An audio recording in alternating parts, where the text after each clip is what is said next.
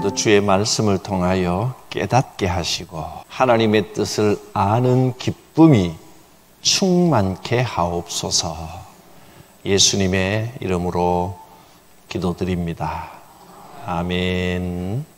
갈라디아서 3장 26절 27절 너희가 다 믿음으로 말미암아 그리스도 예수 안에서 하나님의 아들이 되었으니 누구든지 그리스도와 합하기 위하여 세례를 받은 자는 그리스도로 옷 입었느니라.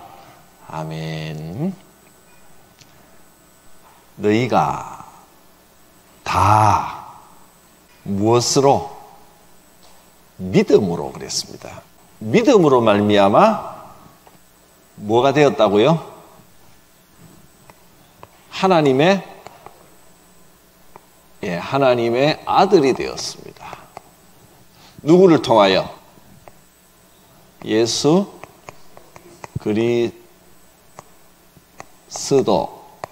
그리스도를 통하여, 그러니까 예수 그리스도를 믿어서 하나님의 아들이 되었습니다.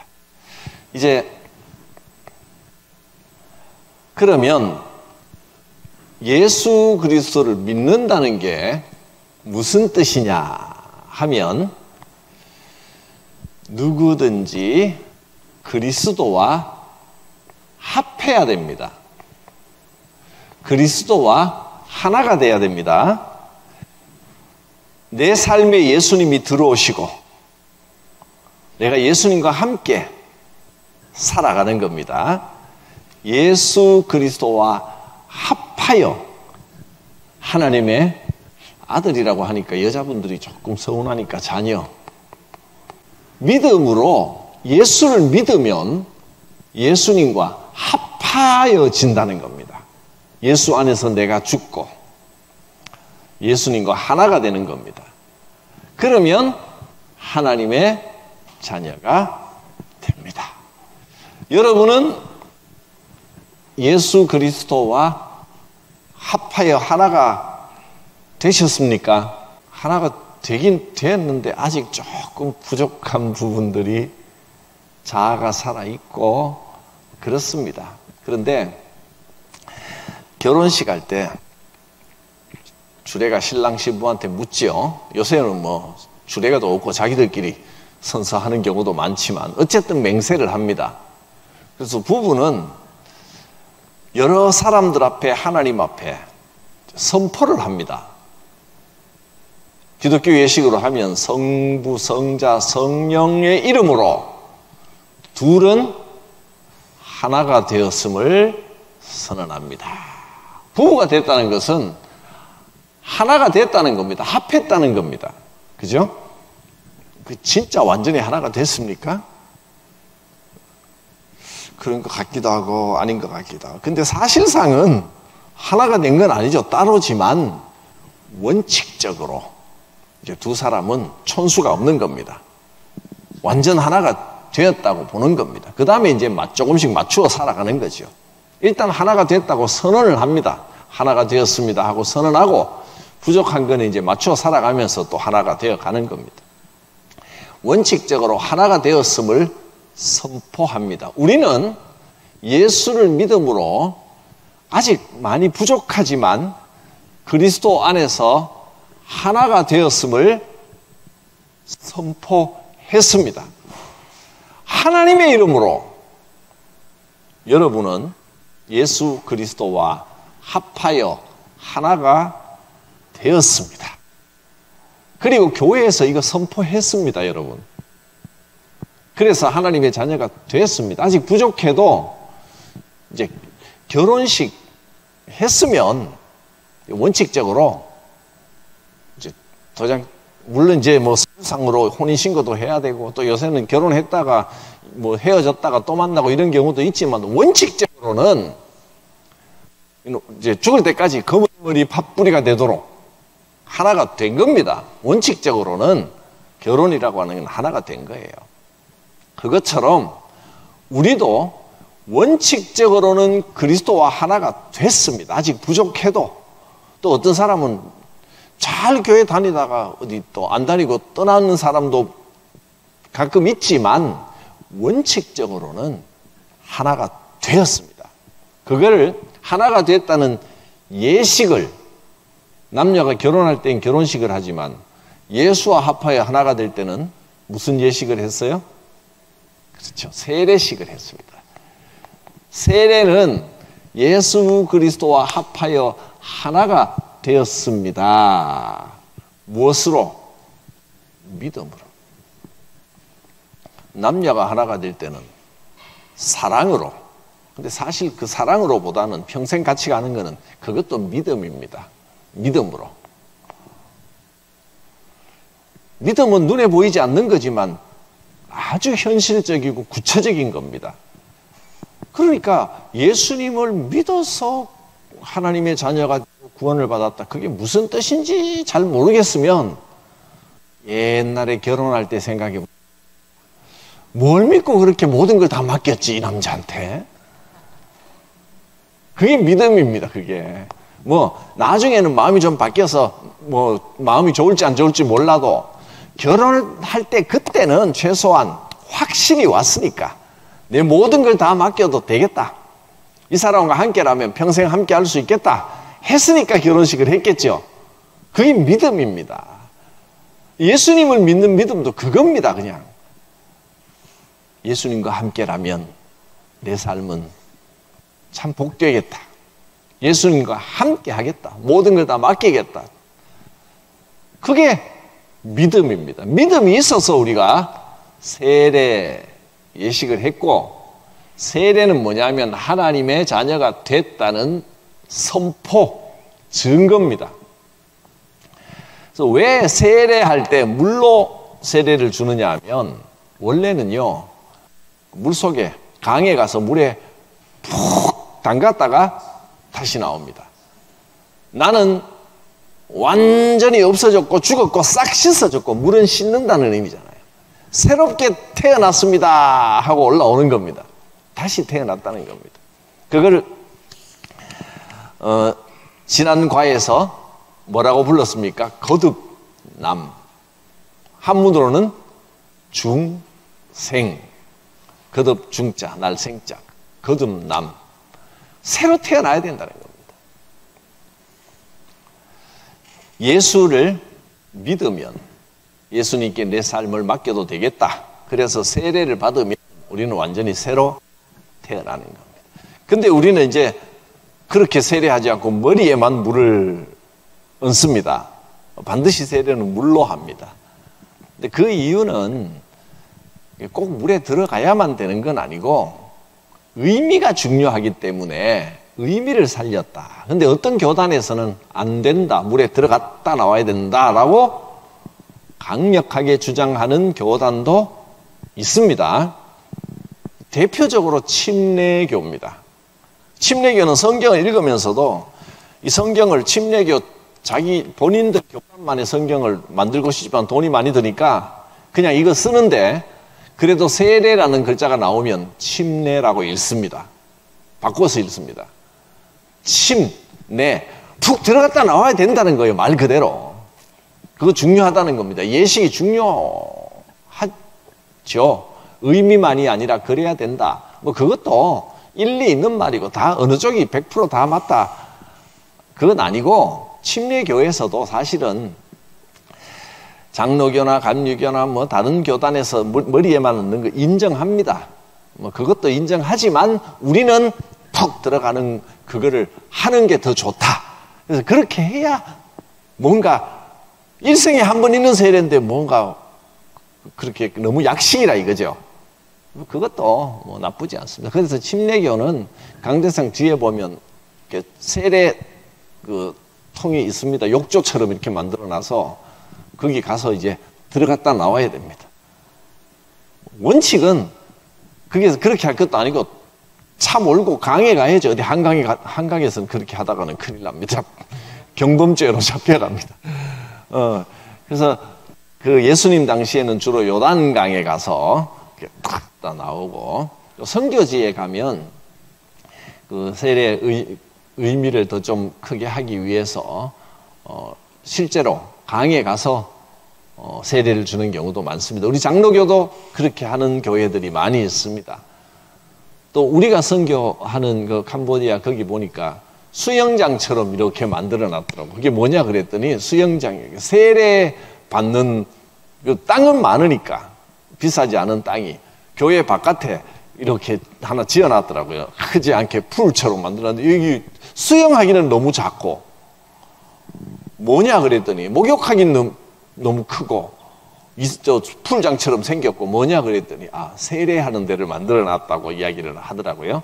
그것도 일리가 있는 것 같아요. 어쨌든 이건 예식이니까. 그래서 세례는 죄를 씻음 받고 새롭게 되었다라고 하는 예식입니다.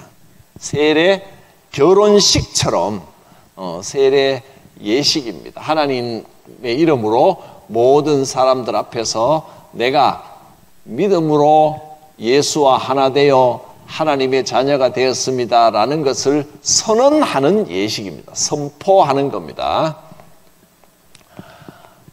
세례 예식. 그래서 여러분은 세례를 다 받으셨죠. 지금 보니까 다 세례 교인들이십니다. 그래서 기본적으로 교회 다니면 예수님을 믿기로 했으면 적어도 한 3개월 정도 다녔으면 세례를 받는 게 좋습니다. 계속 결혼 안 하고 연애만 하려고 하는 남자는 조금 이상한 사람입니다. 의심해 봐야 됩니다. 때가 되면 이제 내 모든 걸 맡기겠습니다 하고 사람들 앞에 이제 그렇게 예식을 하는 겁니다. 그래서 다시 읽어보면 너희가 다 믿음으로 말미암아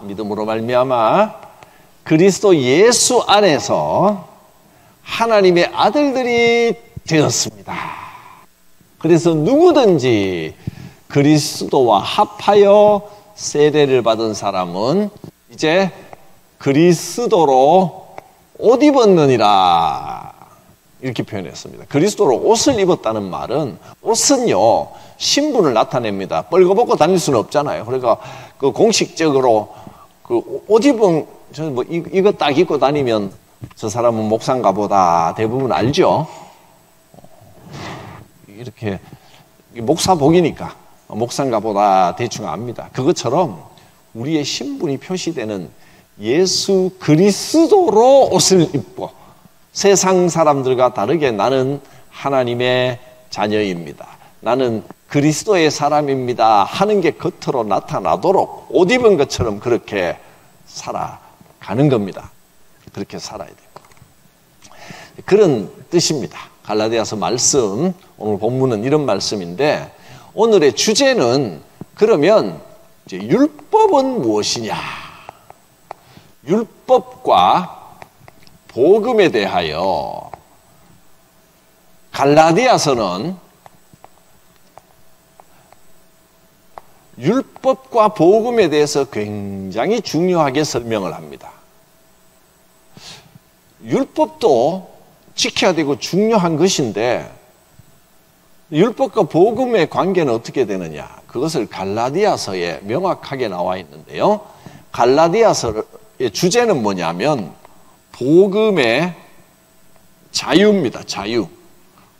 복음은 우리에게 자유를 주시는 것이지 율법처럼 우리를 얽매이게 하는 게 아니다 이 말입니다.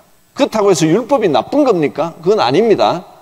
율법의 의미가 뭡니까? 율법은 어떤 의미가 있습니까? 그게 오늘 주제입니다. 근데 갈라디아서에는 복음을 받아들여 놓고도 복음을 받아들였으면 그리스도로 옷 입고 살아가면 되는데 그리스도로 옷 입고 살아가는 게 어떤 거냐? 그리스도로 옷 입고 살아가는 건 복음이 주시는 자유, 기쁨, 또 뭐가 있습니까? 뭐 화평, 이걸 누리는 것이 복음이지. 복음, 하나님의 자녀로 구원을 받아놓고 복음을 믿어놓고 그리스도로 옷 입고 살아갑니다 했더니 그리스도로 옷 입고 살아가는 게 어떤 겁니까? 그러니까 다시 율법으로 가서 이것도 지켜야 되고 저것도 지켜야 되고 우리가 율법을 지키기 위해서 살아간다고 생각하면 그거는 잘못된 거라는 겁니다. 우리가 율법을 지켜서 구원받는 게 아니고 또 그리스도로 옷 입었다 예수로 살아간다는 것은 이런저런 율법을 지키는 게 아니고 복음을 따르는 겁니다. 복음을 따르는 거예요. 그러면 율법은 무슨 의미가 있어요? 율법은 뭡니까? 이제 이 질문을 오늘 답을 드리려고 하는 겁니다. 갈라디아서 1장에 보면 이렇게 말합니다. 우리가 복음으로 즉 예수를 믿어서 구원을 받았는데 어떤 사람은 복음이 주시는 이 기쁨과 자유를 누리지 못하고 뭐라고 표현했냐면 이렇게 표현했습니다. 갈라디아서 1장의 표현입니다. 다른 복음, 진짜 복음이 아니고 다른 복음이 있다. 다른 복음이란 말은 또 더 좋은 복음이 있다는 게 아니고 다른 복음, 예수 그리스도를 통하여 예수님이 전하신 복음이 아니라 다른 복음을 전하면 어떻게 되느냐? 한번 찾아볼까요?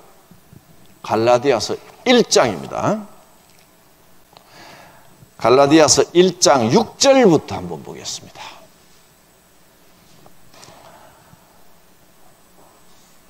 그리스도의 은혜로 너희를 부르신 이를 이같이 속히 떠나 다른 복음 따르는 것을 내가 이상하게 여기노라. 갈라디아서 1장 6절 이해하셨습니까? 자, 우리가 구원받은 것은 믿음으로 하나님의 은혜로 구원을 받았습니다. 그러니까 이 복음은 하나님의 은혜로 구원받는 게 복음입니다. 은혜입니다.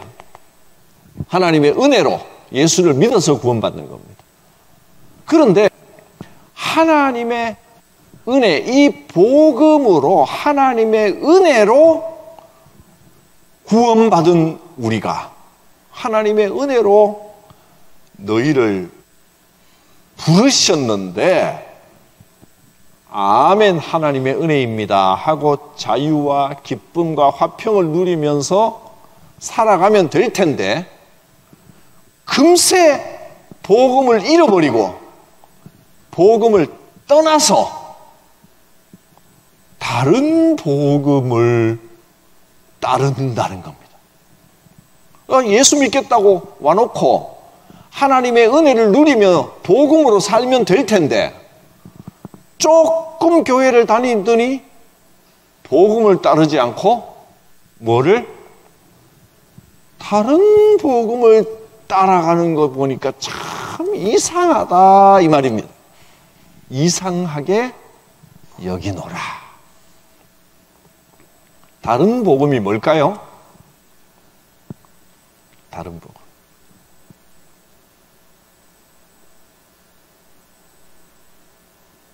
복음은 사실 말을 다른 복음이라고 하지만 이거는 복음이 아닌 다른 것을 따른다 이 말입니다. 표현은 다른 복음이라고 했지만 정확하게 말하면 다른 것, 복음이 아닌 다른 것을 따르는 것이 이상하다. 이거는 다른 것은 복음이 아닙니다. 그래서 1장 8절에 다른 복음은 없다. 다른 복음은 없다. 다만 어떤 사람들이 너희를 교란하여 그리스도의 복음을 변하게 하는 것이다. 예수를 이 복음으로 구원을 받았는데 복음의 은혜를 받아놓고는 금세 복음으로 하나님의 은혜로 이 복음으로 구원 받아놓고 복음에 머물지 않고 금세 다른 것을 쫓아가 버린단 말이에요. 그거 참 이상하다. 다른 거를 왜 따라가느냐. 자, 그 다음 절 또 보세요. 8절.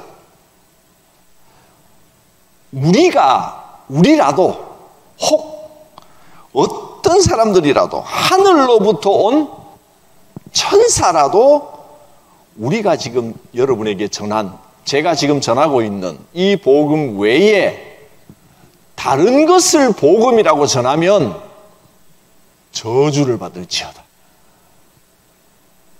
심하게 말했습니다. 말할 수 있는 가장 심한 표현입니다. 저주를 받을지어다. 그 다음에 또 나옵니다. 그 다음 줄 9절에도. 전에도 말하였거니와, 제가 전에도 복음을 가르쳐 드렸는데 지금 다시 또 한 번 가르쳐 드립니다. 만일 누구든지 여러분이 배운 이 복음 외에 다른 것을 복음이라고 전하면 저주를 받을지어다. 어떤 사람이 천사 같은 모습을 하고 와서 여러분, 김 목사님이 요걸 가르쳤지만 사실은 요것이 복음입니다 라고 하면 저주를 받을지어다. 그래 버리세요. 천사가 와도 그건 아닌 건 아닌 겁니다. 복음을 따라야 되는 겁니다. 제가 복음의 3가지 단계를 가르쳐 드렸지요. 복음은 첫째, 우선 순서를 조금 바꾸겠습니다. 제가 전에 이제 하도 이 천국 복음을 좀 강조를 하려고 1번을 천국 복음이라고 했는데 1번과 2번 순서를 바꾸겠습니다. 내용은 똑같습니다. 왜냐하면 천국은 예수를 믿어야, 죄 사함을 받아야 천국이 오는 거니까. 1번 무슨 복음? 대속복음. 예수님의 은혜로 내 죄가 씻어졌습니다. 내 죄가 대속되었음을 믿습니다. 나는 구원받았습니다. 이게 대속복음. 두 번째, 그러면 천국복음. 내 마음에 천국이 옵니다. 우리 인생이 천국이 됩니다. 세 번째는 십자가복음. 십자가복음. 자기 십자가, 내 사명의 십자가를 지고 살아가겠습니다. 이것이 복음입니다. 이거 외에 다른 것을 복음이라고 전하면 저주를 받을지어다. 제 말이 아니라 바울이 그렇게 말했습니다. 아무리 천사같이 번들하게 잘생기고 말도 잘하는 사람이 와도 이거 외에 다른 걸 전하면, 이 복음 외에 다른 걸 전하면 저주를 받을지어다 그러시면 됩니다. 김 목사보다 더 훨씬 잘생기고 빛이 나고 말도 잘하는 사람이 와서 그럴듯하게 꼬셔도 넘어가시면 안 됩니다. 복음은 복음입니다. 왜 이렇게 갈라디아서에서 강력하게 말씀을 했느냐 하면 이런 사람들이 있었습니다. 복음, 예수를 믿고 하나님의 은혜의 복음을 받아들였으면 그 다음에 여기 뭐가 있었습니까? 그리스도로 옷 입었느니라 그랬죠. 예수님 사람답게 살아야 된다 그랬죠. 이 방법은 율법을 지켜야 된다. 복음으로 하나님의 은혜로 구원을 받았더라도 율법을 지키면서 살아야지 율법 안 지키면 되느냐. 율법 지켜야 된다. 이렇게 가르쳤다는 겁니다. 들어보니까 그럴듯하잖아요. 예수 믿었으면 율법을 지키면서 똑바로 살아야지 똑바로 살지 않으면 안 되는 거다. 이렇게 가르치는 분들이 있었습니다. 그래서 예수를 믿었으면 이제 율법 따라서 유대인들의 율법에 따라서 할례를 받고 유대인의 집회에 참석을 하고 유대인이 돼야 된다. 그렇게 가르친 겁니다.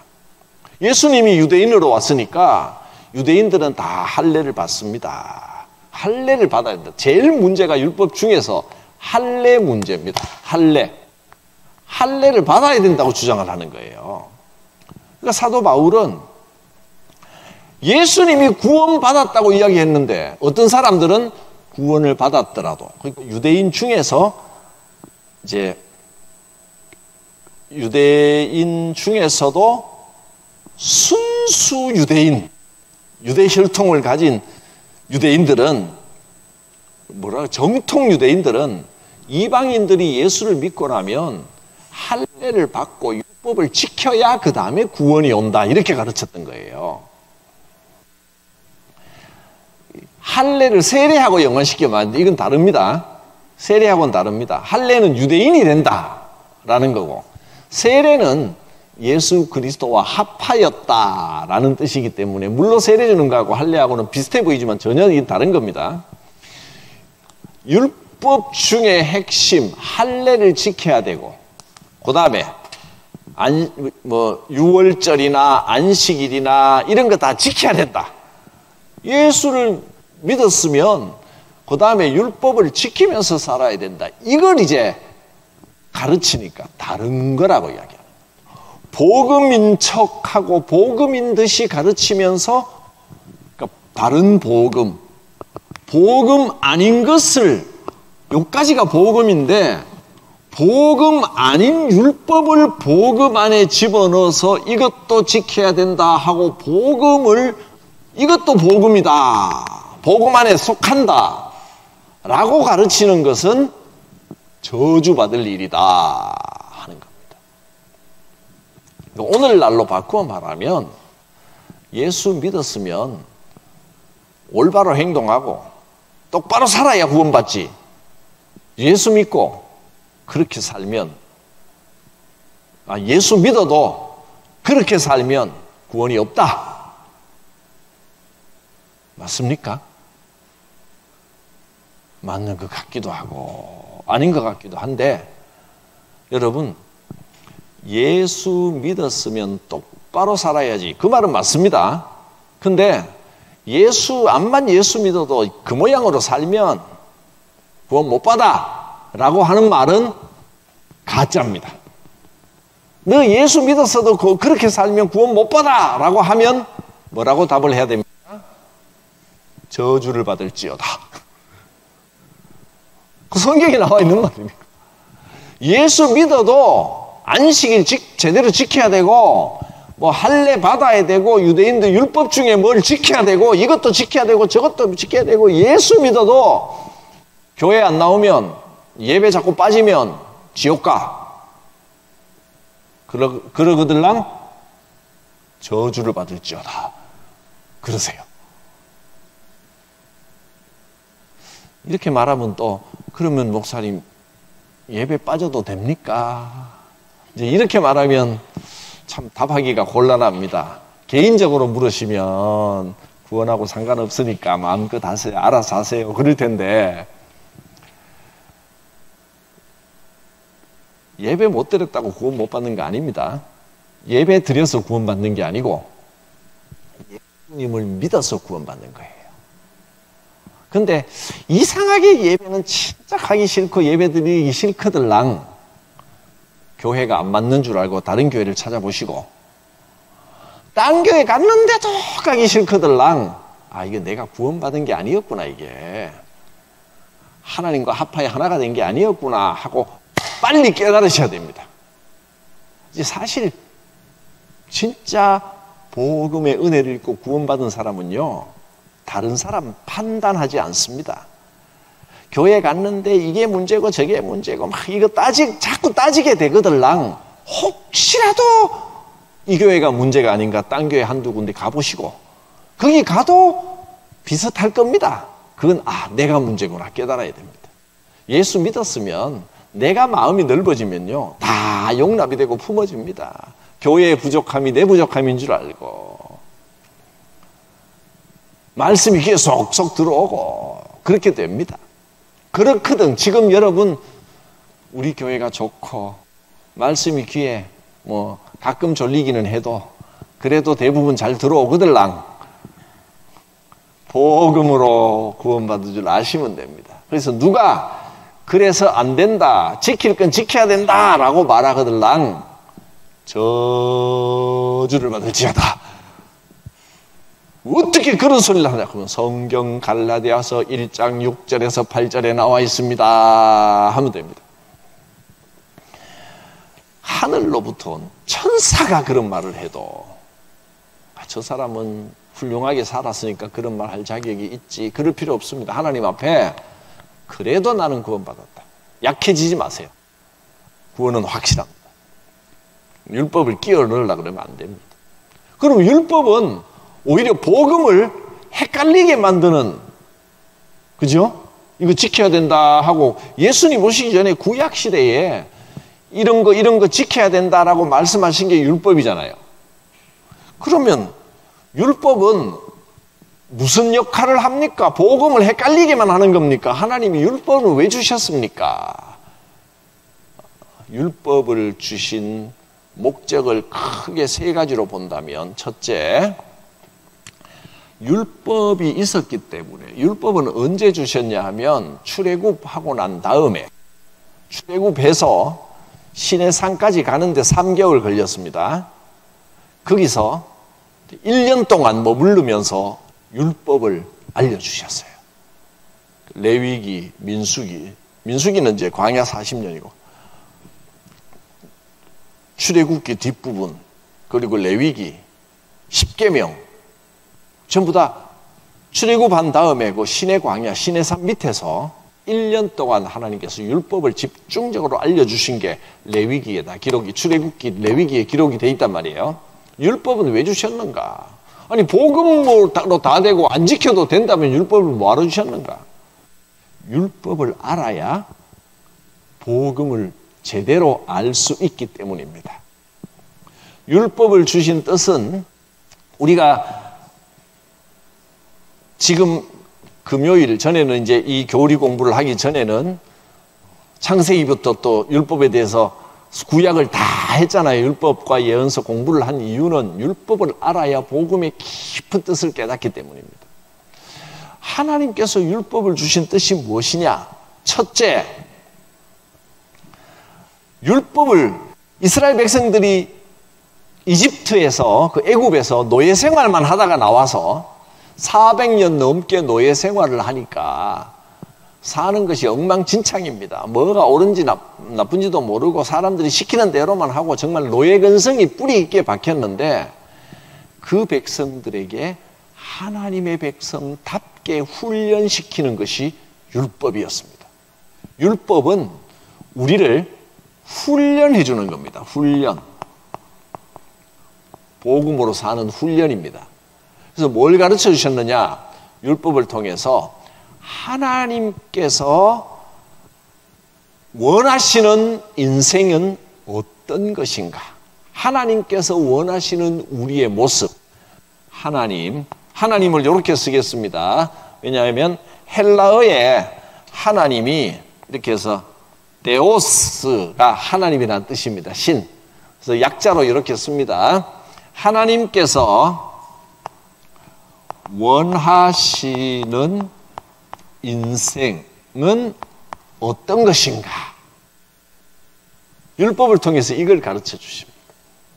하나님께서 원하시는 인생은 어떤 겁니까?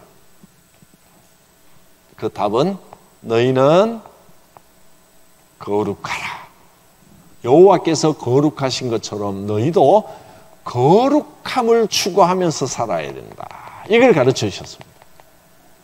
전에는 세상 욕심 가지고 살았다면, 거룩은 세상 탐욕, 이게 반대입니다. 탐욕을 추구하지 말고 거룩을 추구하며 살아라. 율법을 통해서 이걸 가르쳐 주신 겁니다. 두 번째로는 하나님과 친해지려면 어떻게 하면 되는가?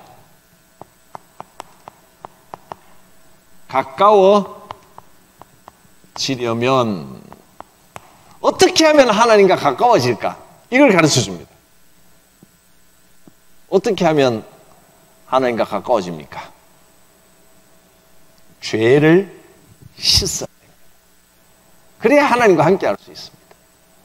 그래서 뭘 통해 이걸 가르쳐 주셨냐면, 짐승 제사를 드리라.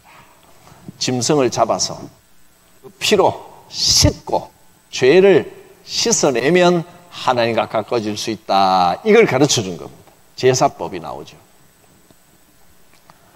또 세 번째, 1, 2, 3은 그냥 제가 정한 겁니다. 대표적으로 뭐 어디 딱 이거 공식을 외워서가 아니라 이런 걸 가르쳐 주는구나, 이거 아니고 다른 거 이야기하면 당신 틀렸어, 우리 목사님 이거라 그랬어, 이거 우기시지는 마시기 바랍니다. 이게 맞기는 한데 이건 제가 정리한 거니까 하나님과 가까워지는 방법. 그 다음에 또 뭘 배우느냐면, 율법은 뭘 가르치느냐면, 나는 하나님의 백성이고 하나님이 주인이십니다 하는 것을 배우는 겁니다. 하나님께서 인생의 주인이십니다. 율법은, 제가 볼 때 율법은 크게 이 세 가지를 우리에게 가르쳐 주십니다. 이것이 율법의 정신입니다. 율법을 통해서 하나님께서 기뻐하시는 인생은 어떤 모습일까? 거룩하게 살기를 사모해야 되는구나. 두 번째, 하나님과 가까워지려면 죄를 씻어야 되는구나. 세 번째, 하나님께서 내 인생의 주인 되시구나. 그래서 할례라는 제도를 만든 겁니다. 너희는 하나님의 백성이기 때문에 몸에 하나님의 백성이다라고 하는 표시를 가져라. 그래서 대대로 하나님의 백성이다. 태어나면 대대로 하나님의 백성이라는 표시를 하는 겁니다. 근데 그 표시를 어디다가 하느냐면, 어디 머리나 눈이나 코나 남녀 할 것이 다 하면 좋은데, 그렇지 않고 남자아이 생식기 고추 껍질만 잘라내는 겁니다. 어릴 때 그 표시를 그렇게 하는 겁니다. 그게 또 요즘 와서 보니까 위생적으로도 그 포경수술을 하면 위생적으로도 좋다고 해요. 어쨌든 그때는 그런 하나님께서 위생도 생각하시는 것 같아요. 음식도요, 어떤 음식 먹지 마라, 어떤 거 먹어라 했는데 먹지 말라는 음식들은 그때 당시에 오래 놔두면 빨리 상하고 전염병을 일으키는 음식들을 많이, 부패하기 쉬운 음식들을 먹지 말라 하셨던 걸, 또 뭐 어떤 사람은 그걸 또 뭐 그렇게 뭐 의학적으로 풀어가지고 음식을 뭐가 나쁘기 때문에 먹지 마, 성경을 그렇게 위생학적으로 푸는 사람도 있는데 그렇게까지 생각할 건 없고, 그런 것도 의미가 있구나 하는 정도. 어쨌든 그 남자아이 태어나면 얼마 안 있다가, 그것도 참 좀, 여자는 안 합니다. 여자는 하지 않는데, 그것이 그러니까 어떤 종족, 아프리카 어떤 종족인가는 여성 그 할례를 해서 정말 깊이 말하기 좀 그러네요. 어쨌든 뭐 여성의 그 부위에 뭐 이렇게 잘라내는 게 또 있나 봐요. 그렇게 한다고 하는데, 여기는 남자가, 그러니까 생식 종족을 이어간다라는 의미예요. 이거 성적인 의미나 뭐 이런 것보다 그 후손까지도 내 것이다, 그런 의미로 보시면 되겠습니다. 너희는 대대로, 그러니까 그 아이를 낳게 하는 상징물이 거기이기 때문에, 너희는 아이를 낳으면 그 아이가 대대로 모든 족속이 다 내 것이다 라고 하는 표시를 거기다 해라. 우리는 대를 이어 하나님의 백성입니다 라고 하는 걸 몸에 새기라는 겁니다. 그런 의미로. 그러니까 남자가 생기면 여자는 안 해도, 몸에 해롭게 안 해도 그 의미는 그대로 받는 겁니다. 그래서 할례는 하나님께서 주인 되신다라는 의미가 되겠습니다. 이런 크게 세 가지 의미를 가지고 있는데, 제가 이 의미를 정리한 이유는, 이제 거룩해지기 위한 방법으로 살아가는 삶 가운데 어떤 표시들을 가지는 겁니다. 예를 들면 남들은 안 지키는 안식일을 철저하게 지킨다. 그건 우리는 뭔가 절제하면서 하나님을 아는 백성답게 거룩하게 살아갑니다 하는 표시, 절기들을 지키는 겁니다. 안식일도 그런 의미 중에 하나고. 그래서 지금도 그러면 안식일을 지켜야 되느냐? 지금도 짐승 제사를 드려야 되느냐? 지금도 할례를 해야 되느냐? 그래서 그것을 말한, 지금도 절기를 지켜야 되고 제사를 드려야 되고 할례를 받아야 되고, 이걸 이야기하는 것은 복음인 듯 하지만 사실은 다른 복음이라는 겁니다. 다른 거라는 거예요. 하나님이 원하시는 것은 율법의 정신이지, 이 의미를 살려야지, 겉으로 드러난 절기를 지키고 제사를 드리고 할례를 받고 이것은, 이 행위를 지키는 것은 잘못된 것입니다. 이제 예수님이 오시고 난 다음에는 다 바뀌었습니다.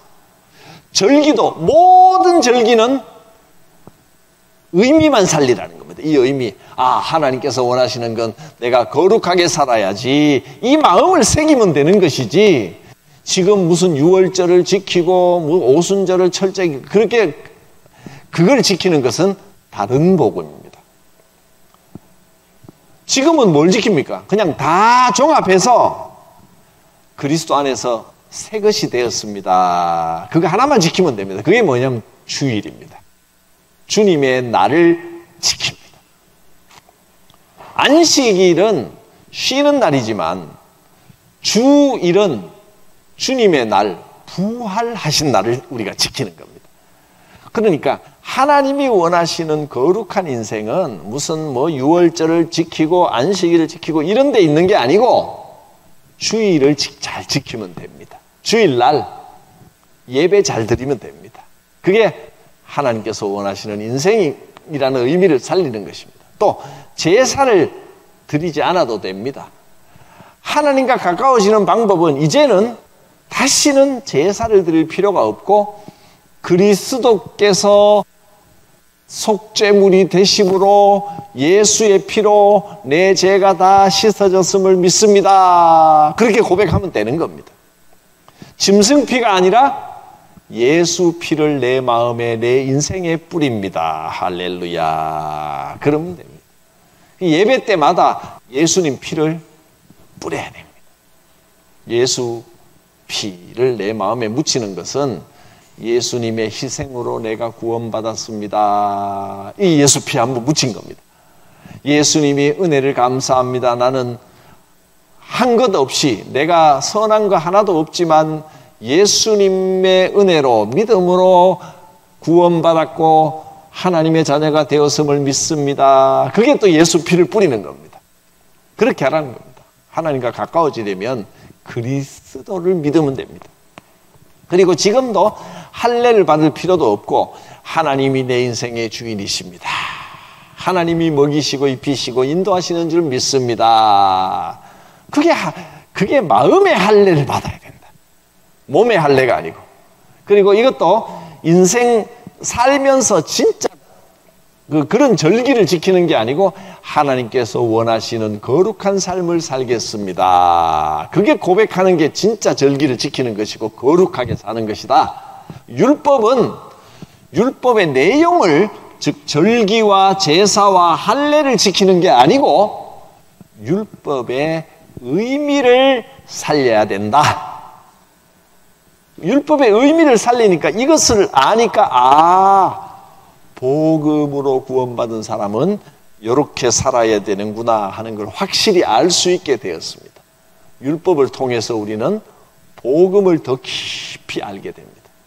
근데 지금 와서 이걸, 율법의 의미를 봐야 되는데 이걸 보지 않고 옛날에 절기 지켰으니까 지금도 지켜야 됩니다, 이걸 우기면 그건 뭐다? 다른 복음입니다.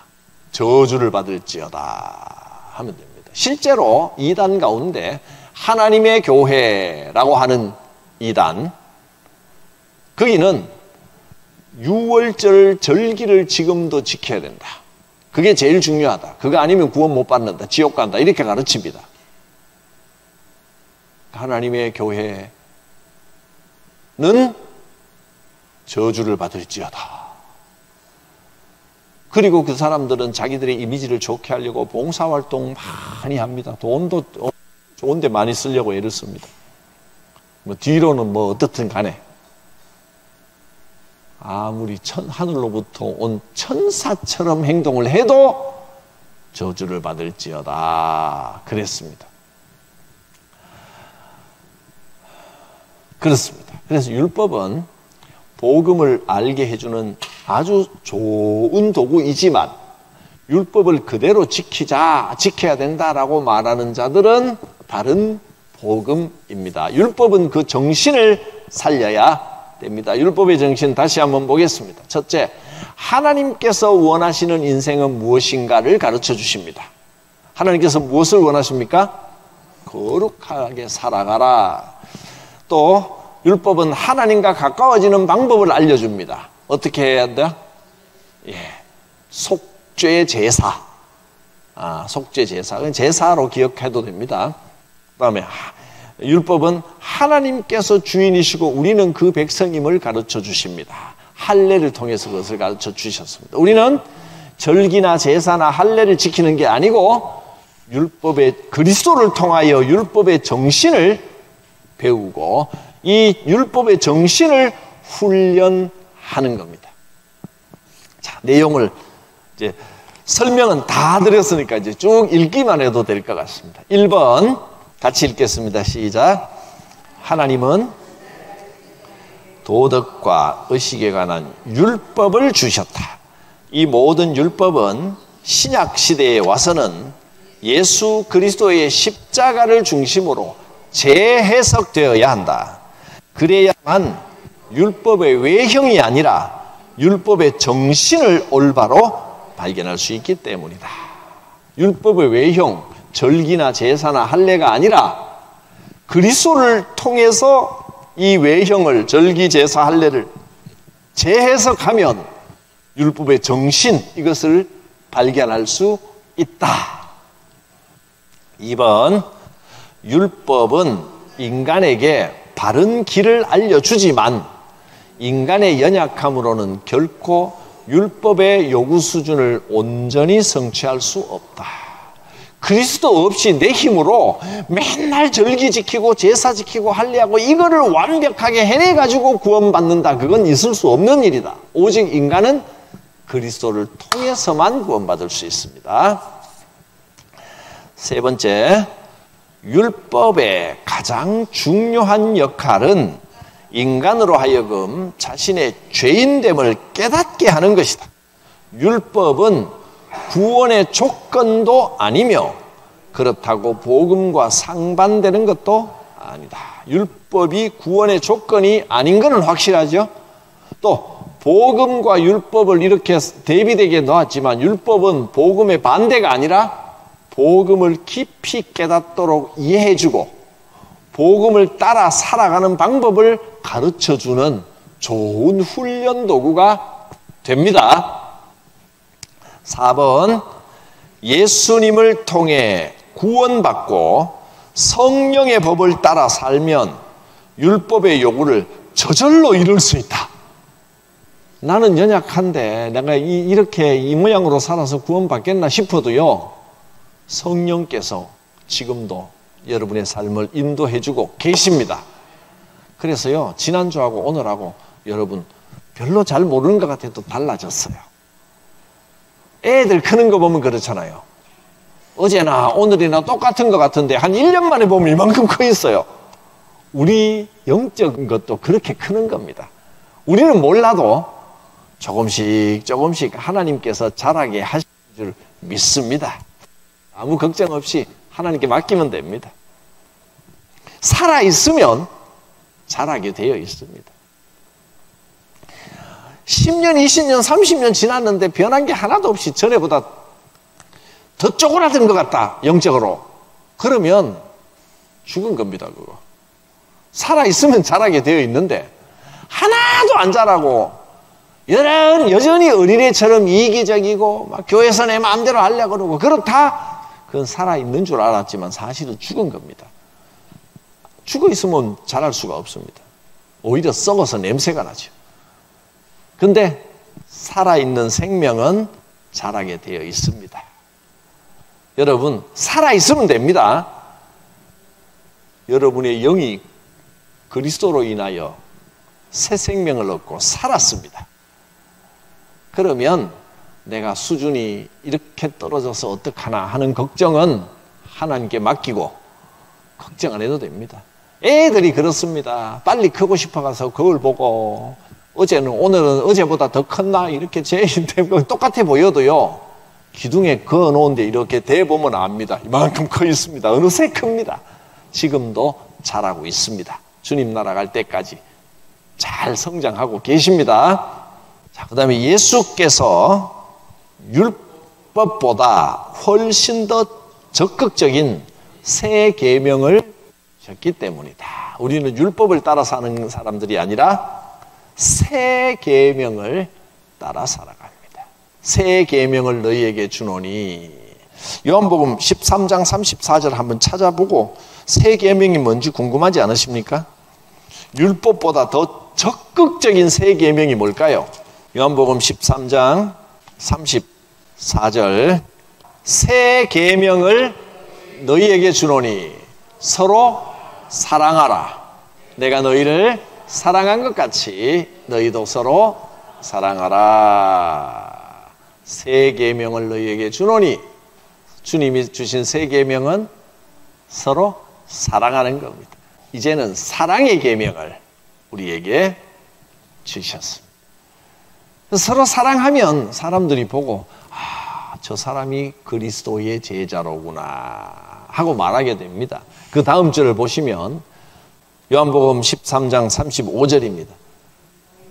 너희가 서로 사랑하면 이로써 모든 사람이 너희가 내 제자인 줄 알리라. 우리는 사랑해야 됩니다. 무엇보다 서로 사랑해야 됩니다. 근데 사랑이 아니라 뭐 이것도 지켜야 되고 저것도 지켜야 되고 뭐 절기 지켜서 나쁠 거는 없죠. 그래서 우리는 좋은 거는 좀 땡겨와서 가능하면 지키자 합니다. 그때 구약시대에 맥추절을 지켰으니까 우리도 맥추절의 의미를 땡겨서 딱 그날 맞출 필요는 없고 첫 번째 추수가 보리추수입니다. 그래서 맥추절을 지키는 겁니다. 그래서 하나님께 막 감사했는데 그건 감사하는 거는 참 이런 걸 봐서도 좋은 일이기 때문에 그 전통을 그러면 의미를 땡겨서 우리도 맥추절을 지킵시다. 그래서 이제 1년에 한 번 상반기를 지나면 7월 첫 주를 맥추 감사주일로 지키면서 지난 6개월을 지켜주신 하나님 감사합니다. 남은 반년도 하나님 손에 맡깁니다. 그래서 감사의 예물을 올려드리고 뭐 그런 행을 지킵니다. 자, 그렇습니다. 마지막 5번입니다. 시작. 새 포도주는 낡은 가죽 부대에 넣지 않는다. 즉 신앙생활은 율법에 얽매이는 생활이 아니라 성령을 따라 사는 생활로서 하나님의 말씀에 순종하고 사랑의 열매를 맺어 주님처럼 거룩하고 온전하게 되어가는 생활인 것이다. 아멘. 기도하겠습니다. 하나님, 이 크고 놀라운 은혜의 복음을 우리에게 주셨는데 복음을 따라 살아가게 하여 주시옵소서. 성령이 지금도 우리의 삶을 인도하여 주시는 줄 믿습니다. 부족하고 형편없는 것 같아도 성령과 함께하는 삶은 하나님께서 자라게 하고 계신 줄 믿습니다. 복음으로 감사하며 기뻐하며 평강을 누리는 삶이 되게 하옵소서. 무엇보다 서로 사랑하게 하여 주시옵소서. 예수님 이름으로 기도드립니다. 아멘. 찬송가 370장 찬송 드립니다. 주 안에 있는 나에게 딴 근 있으랴. 십자가 밑에 나아가 내 짐을 풀었네. 주님을 찬송하면서 할렐루야 할렐루야. 내 앞길 멀고 험해도 나 주님만 따라가리. 그 두려움이 변하여 내 기도 되었고, 전날의 한숨 변하여 내 노래 되었네. 주님을 찬송하면서 할렐루야 할렐루야. 내 앞길 멀고 험해도 나 주님만 따라가리. 내 주는 자비하셔서 늘 함께 하시고, 내 궁핍함을 아시고 늘 채워주시네. 주님을 찬송하면서 할렐루야 할렐루야. 내 앞길 멀고 험해도 나 주님만 따라가리. 내 주와 맺은 언약은 영불변하시니, 그 나라 가기까지는 늘 보호하시네. 주님을 찬송하면서 할렐루야 할렐루야. 내 앞길 멀고 험해도 나 주님만 따라가리.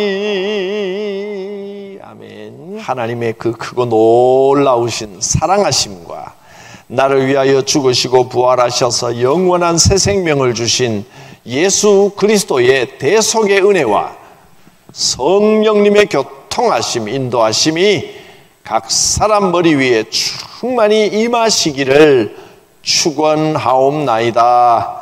아멘.